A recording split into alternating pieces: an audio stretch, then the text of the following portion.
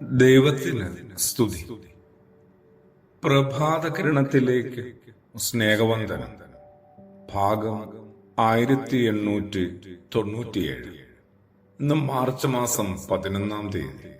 ഈ ആണ്ടിലെ 70-ാമത്തെ ദിവസത്തിലെത്തി. കർത്താവ് സൗഖ്യപ്പെടുത്തിയ കുഷ്ഠരോഗിയുടെ ഒപ്പം നമ്മൾ ഈ ദിനം കൂടി ഒന്ന് സഞ്ചരിച്ചാൽ, മനസ്സലിഞ്ഞ കർത്താവ് അവനെ തൊട്ട് സൗഖ്യപ്പെടുത്തി എന്നതുകൊണ്ട് കാര്യങ്ങൾ അവസാനിപ്പിച്ചില്ല. കാര്യങ്ങൾ അങ്ങനെ അവസാനിച്ചുമില്ല. പിന്നീട് അവിടെ കുറെ കൂടി അത്ഭുതം നടക്കുന്നുണ്ട്. അത്ഭുതമെന്നാണ് അതിശയകരമായ ചില കാര്യങ്ങൾ, അല്ലേ? അവനെ, ആ രോഗിയെ യഥാസ്ഥാനപ്പെടുത്തുന്ന കർത്താവിനെ നമ്മൾ എന്തുകൊണ്ടാണ് പലപ്പോഴും കാണാതെയും മനസ്സിലാക്കാതെയും പോകുന്നത്?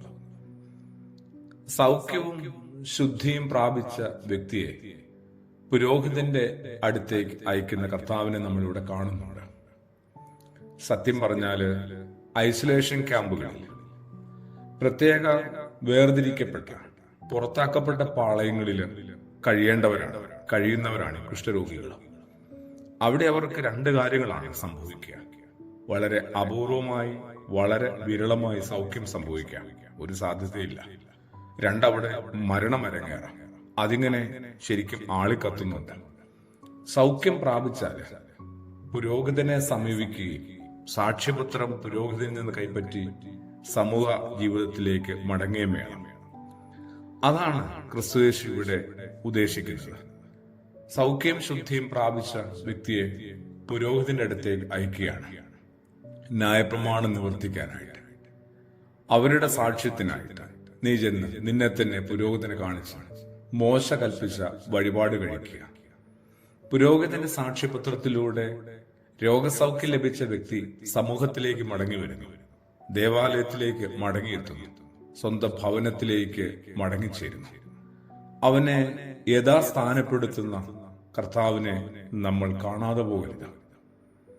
അസ്പർശനായവനെ ആരാധനയിലേക്ക് കൂട്ടിക്കൊണ്ടുവരികയാണ്. ഒറ്റപ്പെട്ടവനെ കൂട്ടായ്മയിലേക്ക് ചേർക്കുകയാണ്. സമൂഹത്തിന്റെ മുഖ്യ ധാര, സ്വപ്നം പോലും കാണാനായിട്ട് സാധിക്കാത്തവനെ അങ്ങോട്ട് ആനയിക്കുകയാണ്. ഇത് ക്രിസ്തു അനുയായികളായ നമുക്കോരോരുത്തർക്കും ബാധകമായ ഒരു ഓർമ്മപ്പെടുത്തലാണ്. ഇത് ശരിക്കും ഒരു ഭരമേൽപ്പിക്കലുണ്ട്, ഒരു ഉത്തരവാദിത്വത്തിന്റെ. നമ്മളിങ്ങനെ വീടുകളിൽ പോലും ആളുകളെ ഒട്ടും യഥാസ്ഥാനപ്പെടുത്തുന്നില്ല.